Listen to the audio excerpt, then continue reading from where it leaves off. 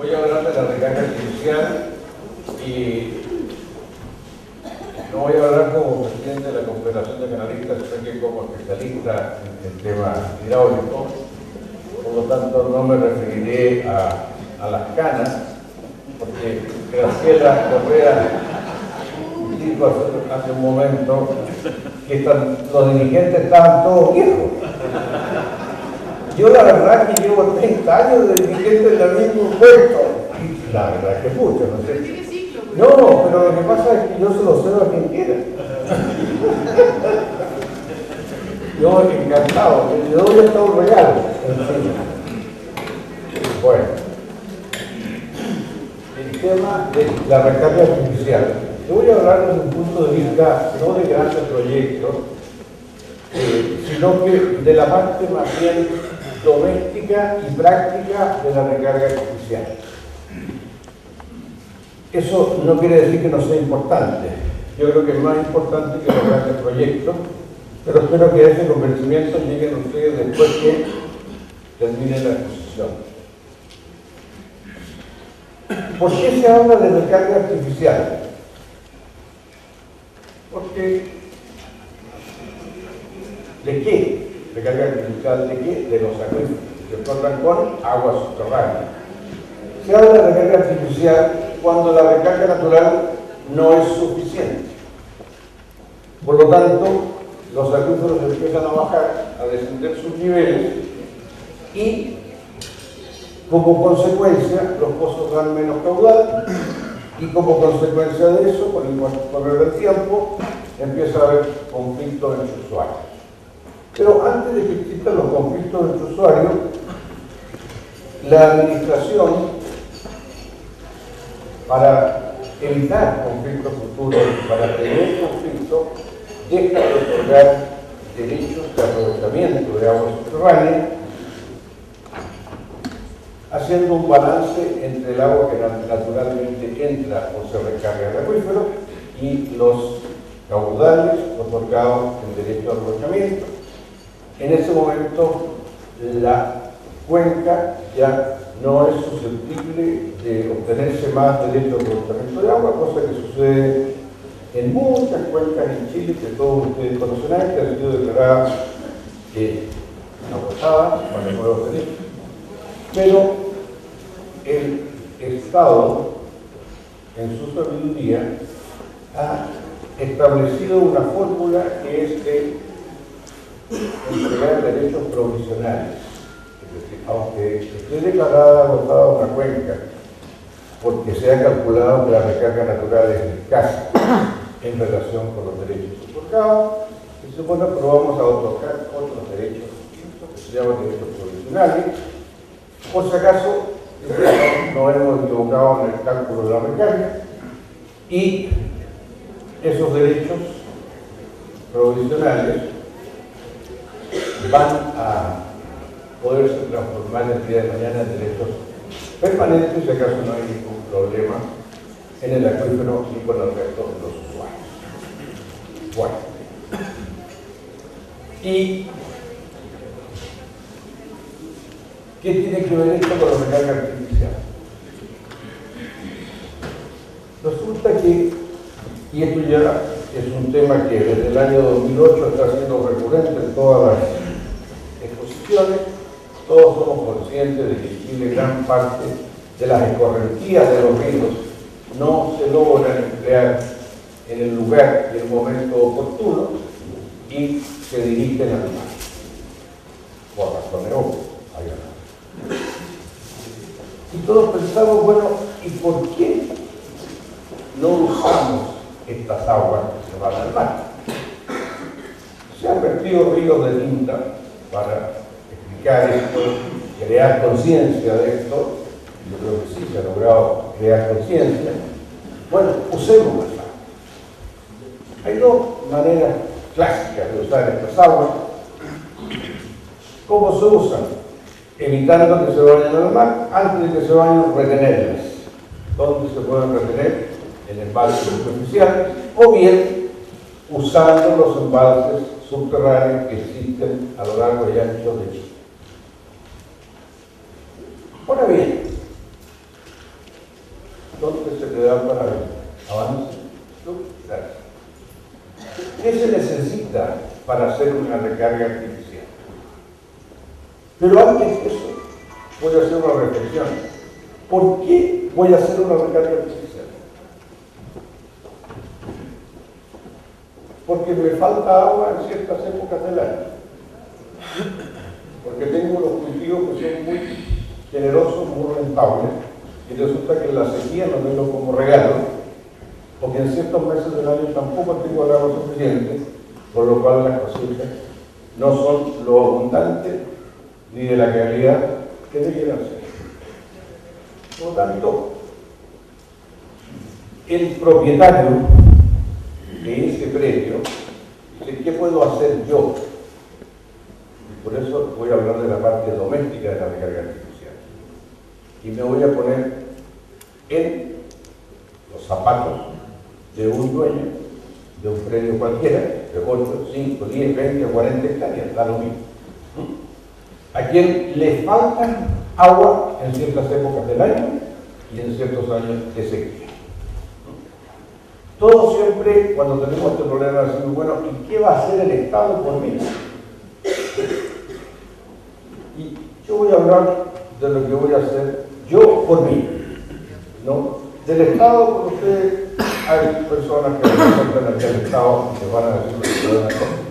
Pero yo quiero sembrar en ustedes la inquietud, más que la inquietud, abrir una ventana o una puerta para resolver su propio problema. ¿Qué se requiere cuando una persona tiene este problema de agua? Bueno, yo hago un pozo y saco el agua. Sí, pero no voy a tener el derecho. Si no tengo el derecho, ¿qué saco con hacer el pozo? Voy a gastar un dinero.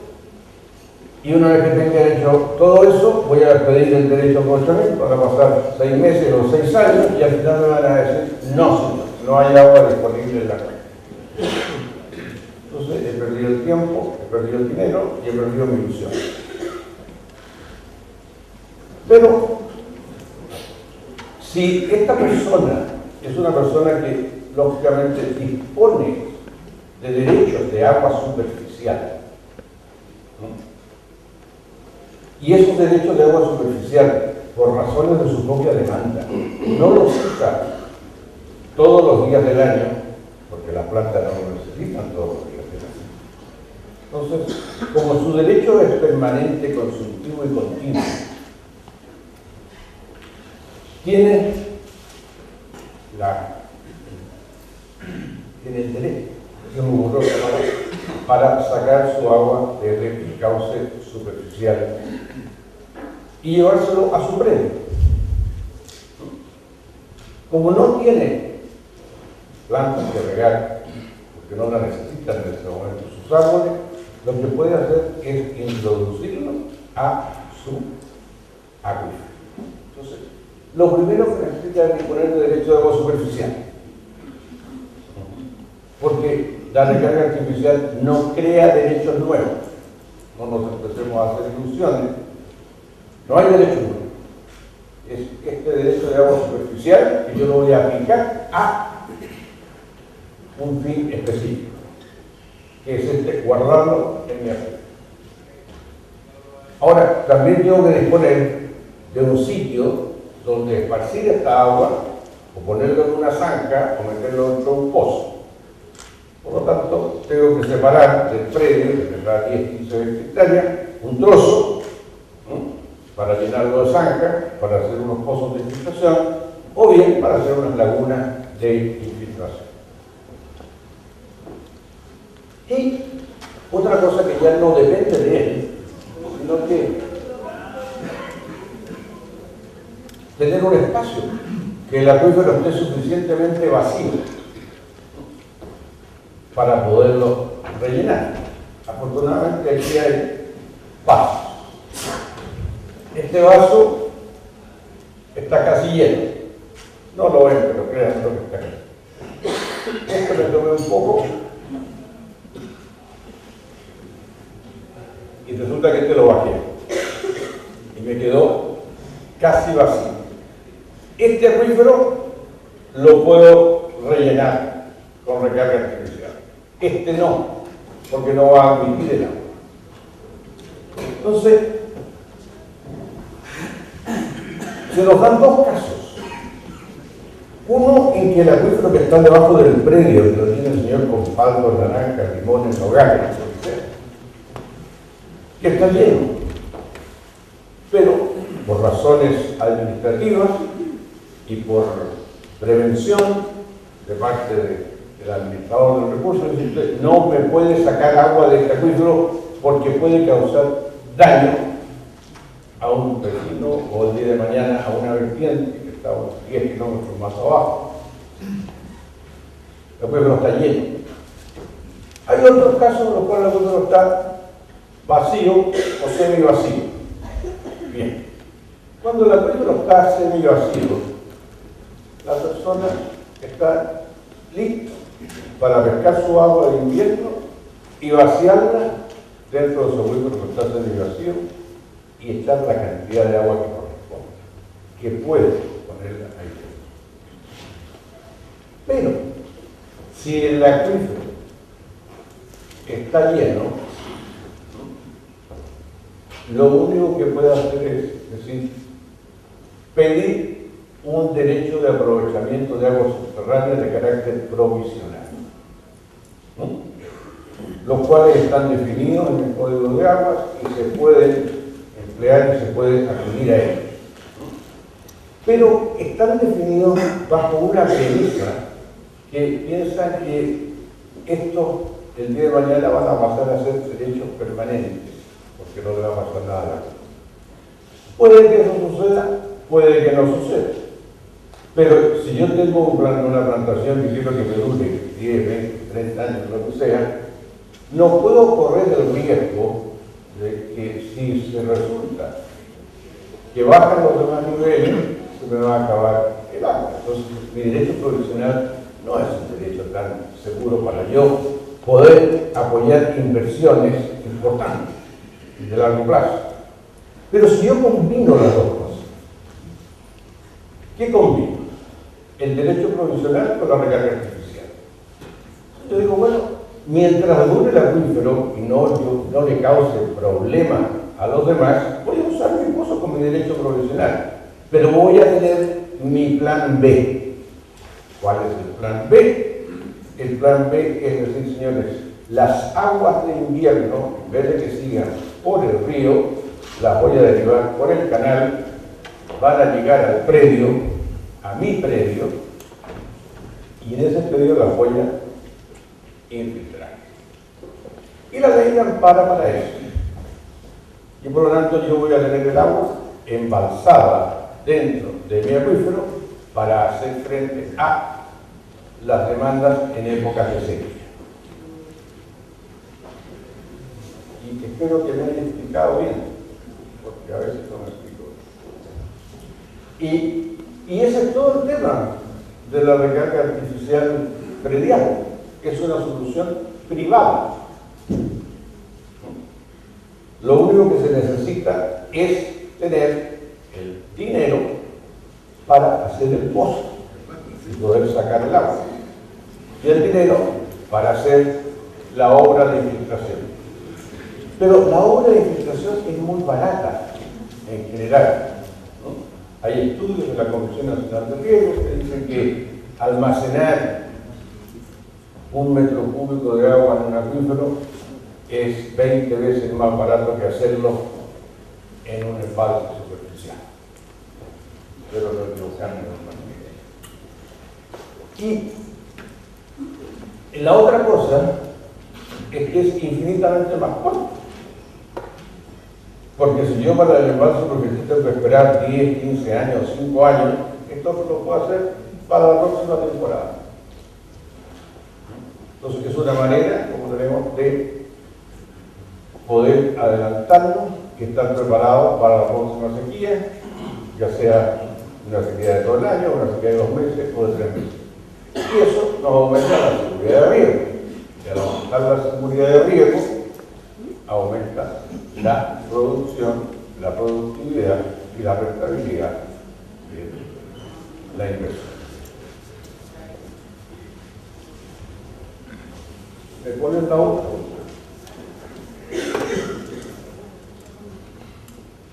Los derechos de agua superficial que yo puedo disponer pueden ser míos o no, porque yo me puedo asociar con alguien. Si yo no tengo derecho de agua superficial, pero sí tengo un acuífero y tengo la necesidad de almacenar agua, me puedo yo asociar con un señor que tenga derechos y llevar los derechos del vecino y ponerlos en mi predio y llegar a un acuerdo comercial con ellos, gana. Los derechos pueden ser permanentes o eventuales, me sirven igual para hacer la recarga. Pueden ser continuos o discontinuos, sirven exactamente igual. Lo que sí que tienen que ser consumidos. Y la gracia está en emplear los caudales correspondientes a los derechos que yo tengo en invierno.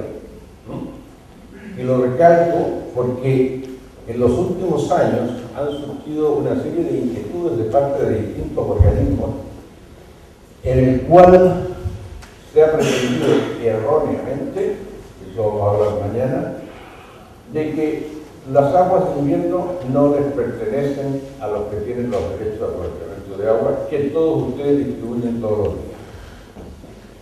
Dejo eso ahí planteado, no voy a entrar en ese análisis ahora. La otra cosa es que no hay que asustarse porque la superficie del predio que hay que destinar a la recarga artificial es muy pequeña. Afortunadamente la mayoría de nuestros lechos de los ríos donde tenemos los cultivos son bastante permeables debajo. Y para tener una referencia, un orden de magnitud, una hectárea, fácilmente una media de los ríos de Chile, el tipo de suelo que hay, pueden filtrar 120 litros por segundo. Yo creo que estoy dando una cifra conservadora. Y el volumen que yo recargo es un capital, lo puedo emplear en que recarga o negociarlo en el mercado. Porque él tiene la recarga hecha y como la recarga se registra, está dicho así en el código, se registra, entonces al fin y al cabo yo voy a tener un depósito, como un depósito en el banco, tantos metros cúbicos de agua que yo infiltré en el acuífero de tal sector. Un capital. Así se disminuye el agua que se vierte al mar. Fernando, en minutos. 3 minutos. En minutos. Muchas gracias. Y se produce una regulación de los caudales de la cuenca. Lógica. Ahora bien, esta recarga artificial no se contrapone con el uso de los embalses superficiales, sino que son complementarios uno de otro, tanto en volumen como complementarios en el tiempo. Mientras llega la gran solución de los embalses, yo puedo hacer esto mientras tanto y después quedarme con él en la medida que me sea interesante.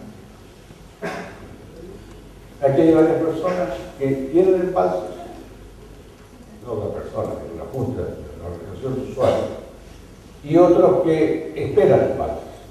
Y todos son conscientes del tiempo que ha durado la maduración del embalse, la construcción del embalse, la entrega del embalse, etc. Bueno, mientras tanto, esta solución está al alcance de la mano. Y finalmente, en el minuto que me queda, hay un tema que no he hablado, que es la calidad química de las aguas que uno va a infiltrar.